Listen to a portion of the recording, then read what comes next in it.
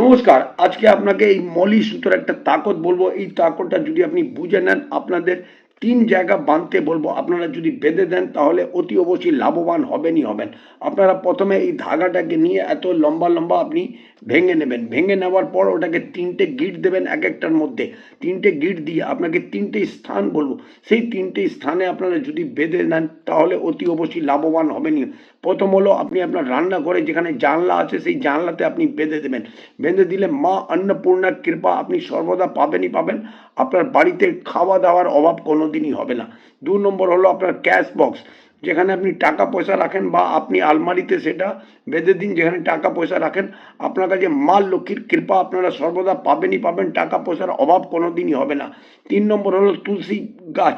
তুলসী গাছে যদি এটা বেঁধে দিন তাহলে নারায়ণ ঠাকুর খুশি হবেন, মা লক্ষ্মীর আগমন হবে, আপনার বাড়িতে সুখ সমৃদ্ধি শান্তি আসবেই আসবে।